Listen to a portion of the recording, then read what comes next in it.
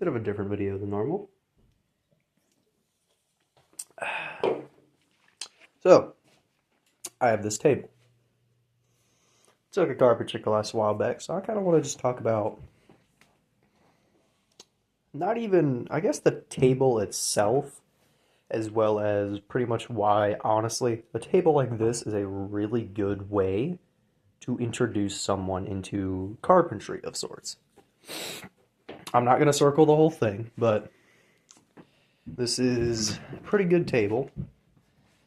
Two sides, you can have at least one chair on both ends. Holds maybe about 10-ish or so people. We'll do mostly covering the top, talking about where you want to start, which is honestly the top, and then a bit about underneath the table. It's going to be dirty, but this is an old table. It's a good table. So, start this off you're not going to start, funnily enough, with over here. You would actually start on this side over here.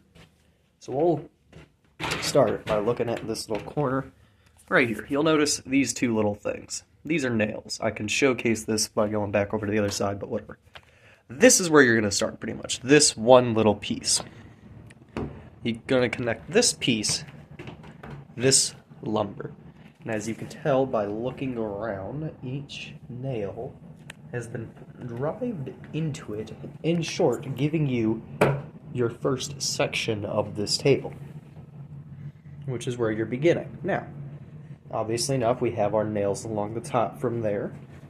Right here, there's the second nail, though, which is bringing us to this piece. As I said, we wouldn't really I'm not going to take long on this, but that piece is connected with the two nails, which isn't connected to this piece.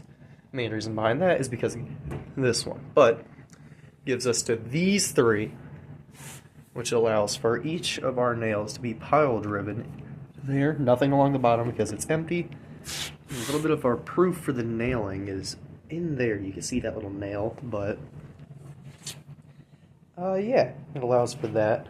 Structurally sound.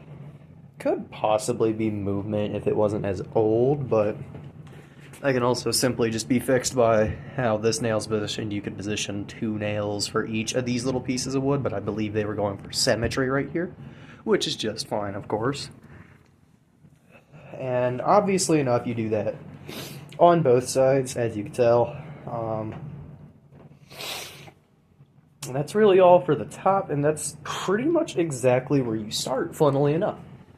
Now, we get into the underneath, which is more, can't really say intricate, but it's there, to say the very least. Alright, so,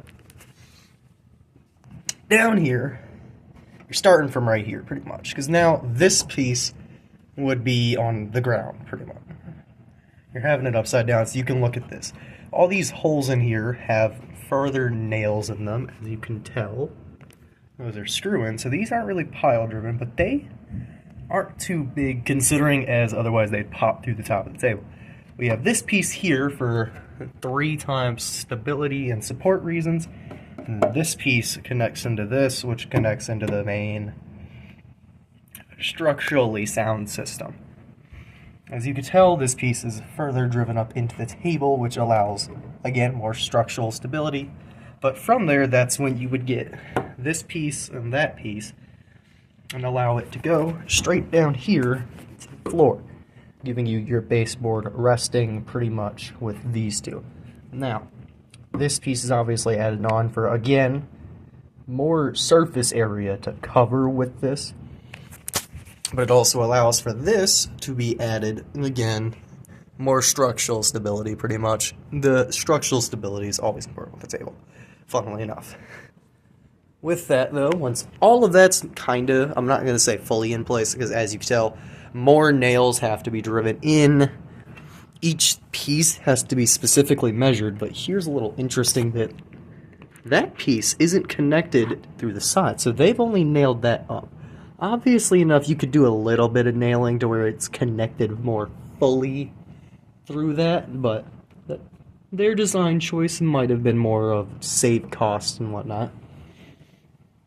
But from that, though, as you can tell, this piece right here is a bit too thick to drive a normal nail in, clearly. So which is why we went around to here and added this little piece two nails, pump it both in, connects both this and this, allowing more structural stability. Yeah, that's going to be a key word during all of this, surprisingly, but each piece needs to be carved exactly, you need to understand where exactly it's going to go. But once pretty much doing that twice, because again, the entire second support, that is when you would pick the table up, flip it back over, and then you'd be brought with the table we see over here. But the next thing I'm going to talk about is honestly this bench. So with the bench, we can set you guys down for a second. With the bench, we're able to actually put it on its side, which is interesting. So after putting the bench on its side, we get this over top down sort of view on it, but we're going to get in close anyways. So we notice immediately structural stability on both sides is key, considering these two pieces, which might seem useless, funnily enough, are not. Now, how I'm assuming this worked, I can't really tell how this piece is connected, but I want to say that they probably drive nails diagonally through here, and then up a little bit into here, allowing for that whole piece to be connected. And then this piece allows for keeping the three top wooden planks up. The three top wooden planks are more than likely, as I said, each diagonal nail through there, allowing them to stay, keeping it stable, and all that. Going down, more floor to surface ratio, I suppose, with this, allowing for quite easy maneuverability as well as stability. And then this down here for just more in general weight distribution with people that sit on it. Obviously enough, you got to do that twice because of down there, but it allows for us, so I lost them. It allows for us to get two benches because the second one's over there. Probably won't do this often, but I sat here thinking about it while eating a sandwich, so I was like, this would be a not entirely interesting video because I don't really have the blueprints, but I figured it'd be cool to talk about that because this can genuinely be, just the bench and the table itself, can be one of the most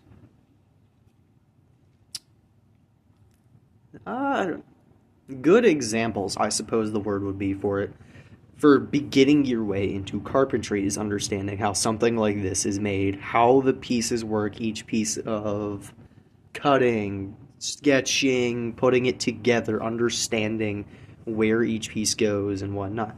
Obviously enough, again, as I said, there's some things that probably could have been done a little differently, but at the end of the day, it was up to the designer and the maker of the table.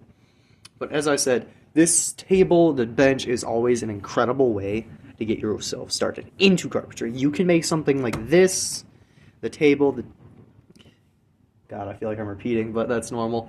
You can make something like this table and get it produced. You can possibly get into good forms of carpentry. For example, the dresser down there, or even a house. Surprisingly enough, houses tend to have a lot of carpentry involved in them, but that's an entire another story for probably not a different day. That's more of a in-class sort of deal. I'm not going to say lots of high schools, but my high school personally had a carpentry class, and it was good. But thanks for watching, and I'll see you all around.